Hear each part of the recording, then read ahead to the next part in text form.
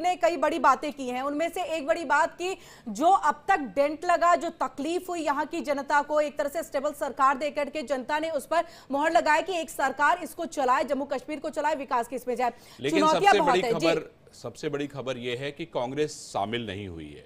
कांग्रेस का शामिल न होना क्या संदेश देता है, क्या कहता है कि कांग्रेस क्यों नहीं शामिल हुई? जब दोनों लोग साथ मिलकर चुनाव लड़े थे, साथ मिलकर जीने मरने की कस्में खाई थी, तो ऐसे में कांग्रेस के नंबर कम जरूर थे, लेकिन कांग्रेस का जो है मंत्रिमंडल में शामिल न होना एक बहुत बड़ा संदेश है, मैं समझता हूँ। बिल्कुल ठीक है कि कांग्रेस का ना शामिल होना एक थोड़ी सी दरार की बात को कहता है, लेकिन ये बात भी सही है, कांग्रेस अगर रणनीतिक काम कर रही है, एक दबाव बनाना चाहती होगी थोड़ा बहुत नेशनल कॉन्फ्रेंस पे, और दूसरा ये है कि उसको आगे की चुनौतियां ज्यादा हैं, लग रही हैं, जो अभी बड़ी है, ज्यादा बड़ी है। यहाँ के में शपथ ले ना ले उनका मंत्री को उतना बड़ी नहीं है, खासतौर से झारखंड में उनका उम्मीदवार जो उनके प्रभारी मंत्री वो यहीं के हैं, तो इस लिहाज से उन्होंने फैसला हो सकता है क्या हो, लेकिन उनको आज की तारीख में एक दरार नहीं दिखने के लिए, चाहे वो सीएलपी का मेंबर, सीएलपी का प्रमुख जो था वो ना लेता, दूसरा लेता, तो अगर आप कहने के लिए हो सकता था। ये बात दूसरी कि इनके सामने दिक्कतें हैं कि एक ही आदमी ले सकता है, और जो आर्टिकल 74 है उसके हिसाब से कई बंधन हैं यूनियन टेरिटरी में, यहाँ वो ज्यादा महत्वपूर्ण है, और उसके तहत 10 से ज्यादा मंत्री नहीं बनाए जा सकते हैं, जो आर्टिकल के अनुसार अगर 10 से ज्यादा मंत्री नहीं बना सकते हैं। यहाँ पे वही मामला है कि एक अनार है और 100 बीमार हैं। मुझे लगता है ऐसे में निर्णयों को इनको ज्यादा करना पड़ेगा, क्योंकि अगर सरकार चलाए रखनी है और सरकार को ठीक से आगे ले जाना है, तो कुछ निर्णयों को रखना पड़ेगा, कुछ क्षेत्रीय जो अपना प्रतिनिधित्व है वो लेना पड़ेगा। इस लिहाज से उनको उमर अब्दुल्ला के सामने कम मुश्किलें नहीं है, लेकिन मुफ्ती जो कह रही हैं वो निश्चित रूप से ऐसा कह रही है। चलिए, लेकिन इस बीच हम तस्वीरें जो है वो दर्शकों को दिखा रहे हैं। प्रियंका गांधी और राहुल गांधी को आप देख रहे हैं, और ये भाई बहन की जोड़ी, अरविंद जी क्या कहना चाहेंगे? भाई बहन की जो जोड़ी है ये बड़ी अच्छी लगती है साथ में जी। अरविंद जी, पलक मैं ये कहना चाहता हूं कि प्रियंका गांधी जो है वायनाड से अब लोकसभा का चुनाव लड़ने जा रही हैं। ढेर सारे ट्वीट्स मैं देख रहा था, लोग ये कह रहे थे कि प्रियंका और राहुल जो है मिलके जो है वो सरकार से पार्लियामेंट में लड़ेंगे। यहाँ पे भी इस भाई बहन की जोड़ी के साथ साथ दो लड़कों की जोड़ी भी दिखाई दे रहे हैं। आपको राहुल और अखिलेश यादव भी साथ साथ अगल बगल बैठे हुए दिखे। लेकिन बड़ा प्रश्न क्या है कि अभी उत्तर प्रदेश में जो है उपचुनाव होने जा रहे हैं। अभी अखिलेश यादव ने कहा था कि हम कांग्रेस को टिकट देंगे, लेकिन अभी टिकटों का पता नहीं है। महाराष्ट्र में समाजवादी पार्टी तकरीबन 10 से ज्यादा सीटों पे दावा कर रही है, वहां पे कांग्रेस उनको क्या सीटें देगी उसके बारे में कोई जानकारी नहीं है। तो ऐसे में ये हो जाता है कि हर आदमी अपने लिए लड़ रहा है, अपने लिए जी रहा है और अपने लिए ही मरना चाहता है। अब कांग्रेस और समाजवादी पार्टी या जो दूसरे एलाइंस हैं, खासतौर पे अगर हम झारखंड की बात करें, जेएमएम की बात करें, तस्वीर पे क्या कहना चाहेंगे अरविंद जी? ये एलजी साहब और एलजी साहब के साथ अब मुख्यमंत्री साहब, सरकार चलानी है अब इन्हें मिलकर आने वाले समय में। मैं पलक राजनीति में जो समझ में मुझे आता है या जो समझ पाया हूं मैं जम्मू कश्मीर में आप एक बात देखिएगा कि ये तय करता है उमर अब्दुल्ला के काम करने के तरीके पे, क्योंकि वो लोग तो पहले से मान चुके थे कि भाई हम तो सरकार में हैं, उनके पास 26 सीटें हैं। ये दुर्भाग्य था कि वो लोग सरकार नहीं बना पाए, और सारी जो ताकत है पलक वो जो है मनोज सिन्हा के हाथ में है। तो ऐसे में ये बड़ा महत्वपूर्ण हो जाता है कि अगर उनको कोई भी काम कराना है तो वो मनोज सिन्हा पे पूरी तरीके से निर्भर हैं, एलजी पे पूरी तरीके से निर्भर हैं। ऐसे में अगर दोनों लोग मिलेंगे नहीं तो जम्मू कश्मीर का क्या होगा ये भविष्य बताएगा। लेकिन कई सारे पॉलिटिकल एक्सपर्ट का ये कहना है अरविंद जी कि कहीं ऐसा तो नहीं दिल्ली पार्ट 2 जम्मू कश्मीर में देखने को मिलेगा कि कोई काम नहीं हो रहा तो जनता को ये कह दिया गया कि देखिए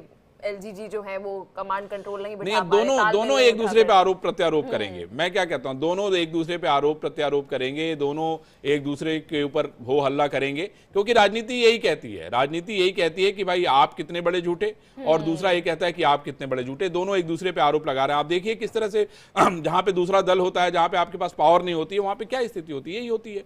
और जम्मू कश्मीर भी इसका एक रिएक्शन प्रेम जी मैं आपसे लेना चाहूंगी। सुरेंद्र जी को जो ये जम्मू कश्मीर के अंदर एक बड़ा पद मिलने जा रहा है, क्योंकि महज रविंदर रैना को इन्होंने हराया है, लेकिन जम्मू के साथ एक बैलेंस बनाने की कोशिश जो है वह उमर कैबिनेट ने की है, उमर सरकार ने की है।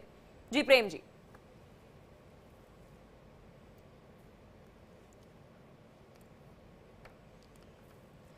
प्रेम जी को शायद पलक आवाज नहीं आ रही। प्रेम जी आवाज आ रही है आपको?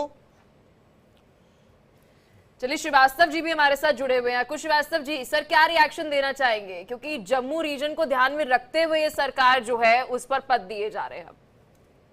देखिए, जम्मू रीजन को ध्यान में रखते हुए निश्चित रूप से सुरेंद्र चौधरी को बनाया गया है, लेकिन इस समय पूरी मशक्कत जो है वो ये दिखाने की जरूर होगी कि जम्मू और कश्मीर एक है, उनके नुमाइंदगी करने की कोशिश की गई है। और लेकिन ये बात भी तय है, पूरा का पूरा श्रेय या दिक्कत जो कुछ भी होगी आने वाले दिनों में, वो सब उमर अब्दुल्ला के हिस्से में जाएगी। उमर अब्दुल्ला क्या मुफ्ती की राह पर, मुफ्ती की सलाह पर चलेंगे, जैसा कि मुफ्ती ने जिस तरीके से, महबूबा मुफ्ती ने जिस तरीके के बयान दिए, वो निश्चित रूप से टकराव वाले हैं। अगर पहले ही दिन से ये सब कोशिश होने लगेगी कि धारा 370 को रिवोक करना होगा और बाकी, और इसीलिए मुझे लगता है श्रीवास्तव जी की ये जिम्मेदारी कांग्रेस नहीं लेना चाहती है।